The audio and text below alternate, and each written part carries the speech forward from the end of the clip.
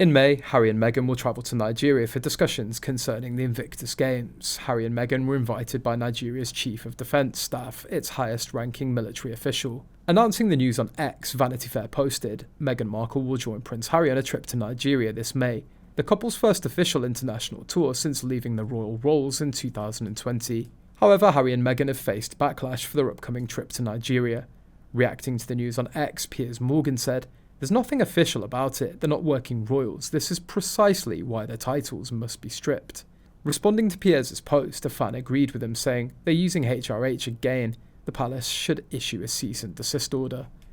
The only silver lining here is that the Sussexes' acceptance of a government-sponsored trip using their British titles might prompt swift action from Parliament to revoke their titles, and it might even draw attention from the US.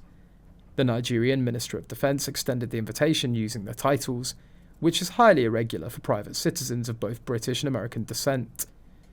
The question remains who's footing the bill for their travel expenses. Besides, GB News presenter Bev Turner criticised Meghan for snubbing the UK for a trip to Nigeria. Discussing the planned trip on GB News, editor of Majesty magazine Ingrid Seward suggested the trip could be related to their new Netflix projects, and that Meghan would travel all that way without a camera crew with them.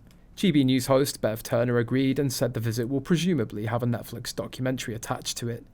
Seward explained, she's going to apparently go to Nigeria with Harry, they've been invited there. Because when she did her sort of DNA test, she discovered she was 43% Nigerian, so she wants to discover her roots. Seward said the trip will be attended by both Meghan and Harry, unlike Prince Harry's next trip in May, where he'll go solo. Host Andrew Pierce swiped, "Do you think there's any chance that she might stay there?" Bev then agreed, jibing, "She's just the ultimate narcissist. If you had to write a character and what would they do, I know exactly what they would do. They'd look at their own DNA, they'd work out where they were from, they'd go back and look into their history. I mean, it's always about her." Meanwhile, former head of Royal Security Di Davies has exposed Prince Harry and Meghan Markle's hypocrisy regarding their security concerns in Britain, especially as they plan a visit to Nigeria. Davies, who formerly safeguarded the royal family, finds it peculiar that while Harry consistently highlights the dangers of returning to the UK, he intends to travel to one of the world's most hazardous nations. Mr. Davies said, "It's strange that he personifies the risk factor here and is willing to go to one of the world's most dangerous countries. I'd want to know the rationale for this visit to what's a very dangerous place."